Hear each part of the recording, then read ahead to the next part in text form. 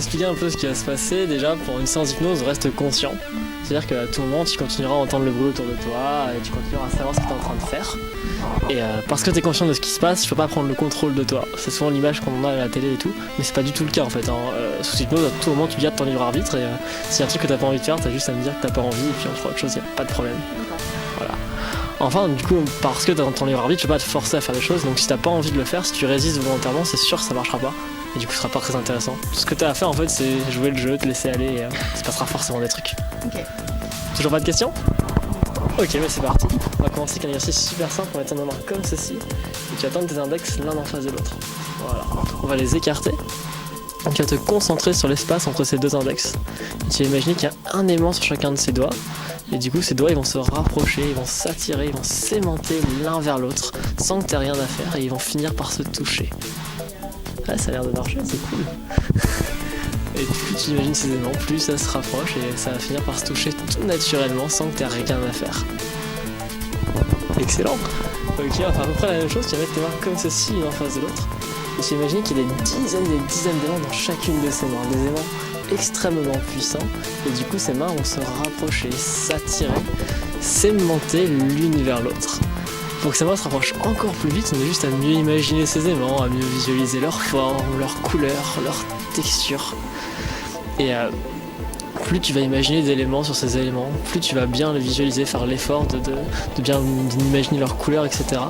Plus ils vont être puissants et plus ces mains vont s'attirer l'une vers l'autre, tout naturellement, c'est parfait. Aussi, ce qui est marrant avec ces aimants, c'est que comme tous les aimants, plus ils sont proches, plus ils s'attirent, plus la force magnétique entre ces aimants elle est puissante. Et plus ces mains elles se rapprochent encore plus et encore mieux. Et vont faire comme nos doigts tout à l'heure, elles vont finir par se toucher l'une et l'autre, sans qu'on ait rien à faire. Juste à imaginer, juste à visualiser ces aimants. C'est parfait, du coup on y est presque, il nous reste juste quelques centimètres. Et demain on va venir se toucher au bout de nos doigts. C'est sympa, hein?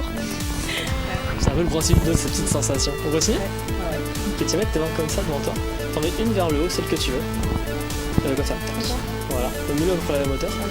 Il faut que tu me donnes l'idée d'un objet qui soit très lourd, ce que tu veux. N'importe quoi de très lourd.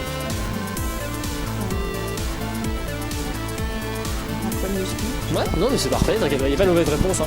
Ok, est-ce que tu vois à quoi ça ressemble un ballon d'hélium? Oui. Ok, alors ce qu'on va faire, c'est que tu peux fermer les yeux en général, ça aide. On imagine cette main qu'on pose ce poids d'haltère extrêmement lourd et pesant, et du coup cette main va descendre vers le bas sous le poids de ces haltères. Et là on accroche un ballon d'hélium extrêmement léger qui va faire remonter cette main vers le haut. Et quelle couleur ton ballon? Jaune.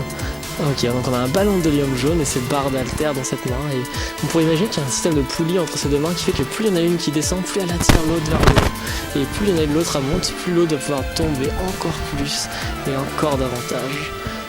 Donc ces poids, comme tout à l'heure, on imagine leur couleur, leur forme, de quoi ils sont constitués, est-ce qu'il y a des trucs écrits dessus. Et plus on les imagine, plus cette main elle est lourde, pesante et plus elle tombe. Et pareil pour ce ballon, on a sa couleur, on pourrait bien imaginer sa forme, plutôt rond, plutôt ovale, plutôt entre les deux. Et bien imaginer le nœud qui pourrait le refermer, la ficelle qui serait entre notre poignet et ce ballon qui viendrait l'accrocher pour le faire remonter encore plus et encore mieux. On pourrait s'amuser à rajouter un deuxième ballon d'hélium. Il est quelle couleur le deuxième ballon?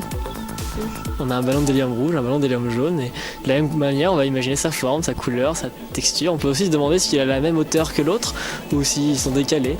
Et plus on a d'éléments sur ces ballons, plus ça monte toujours plus, alors que ce bras est toujours plus pesant. Et c'est excellent, tu peux rouvrir les yeux.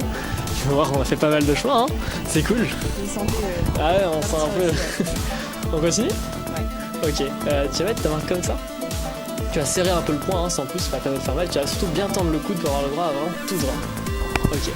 Est-ce que tu vois à quoi ça pourrait ressembler, hein, une raille de chemin de fer, la partie en métal? Est-ce que tu ferais bien d'imaginer, visualiser à quel point c'est solide, à quel point c'est dur, rigide? On pourrait très bien imaginer que ça c'est impossible à plier avec nos mains, qu'on n'a vraiment pas la force tellement c'est énorme, ouais. Ok, toute cette rigidité, on va essayer de la mettre dans ton bras. Et j'ai compté jusqu'à 3, et on va s'imaginer qu'à 3, ce bras va devenir impossible à plier. On fait ça? Je te laisse fermer les yeux pour imaginer, du coup, avec le 1, une barre de fer et d'acier, ce rail de chemin de fer au milieu de notre bras. C'est un rail de chemin de fer extrêmement dur, extrêmement solide, si bien qu'il va venir remplacer ce bras pour le rendre dur, solide. Avec le 2, on va imaginer que tous les muscles, que tous les os de ce bras, ils sont remplacés par cet acier, par ce métal extrêmement solide, extrêmement rigide, le plus solide, le plus impossible à plier de tous les métals. Avec le 3, quand tout à l'heure tu essaieras de plier ce bras, ça sera impossible et plus tu essaieras, moins tu y arriveras. Comme si tu forçais à l'envers, comme si tu n'avais pas envie de plier ce bras et plus tu essaieras, plus il sera dur, solide, rigide et plus tu forceras, plus ce sera impossible de le plier. À partir de maintenant, tu peux essayer de le plier ce bras, mais plus tu essayes, plus c'est dur, toujours plus. Ok. Tu peux rouvrir les yeux, t'as senti un peu de résistance? Ouais. Ouais, on l'a vu, ouais. Ouais. Ok. Normalement, c'est censé ne pas bouger, donc on a fait quand même un truc. Ce qui compte, c'est que t'as senti des trucs. Ouais. Ok. Je pense qu'on va arrêter là, du coup, parce que un exercice important et on a réussi qu'à moitié, mais je pense que t'as senti des trucs. Ouais, non, mais ouais, c'est. Et tu sais à peu près ce que c'est un peu l'hypnose. Ouais. Et ouais, ce qu'il faut se dire, c'est que quand on fait des gros exercices, après, plus tard, en fait, c'est à peu près la même chose. T'as cette impression que tu contrôles, t'as pas l'impression d'être ailleurs ou quoi, normalement. Et pourtant, il se passe des trucs que tu contrôles pas vraiment. Ouais, non, c'est vrai, c'est un peu ça. On ressent, ouais. Voilà. Okay. Bah, merci beaucoup. Bon, bah, merci à vous. Y a pas de problème, c'était un plaisir.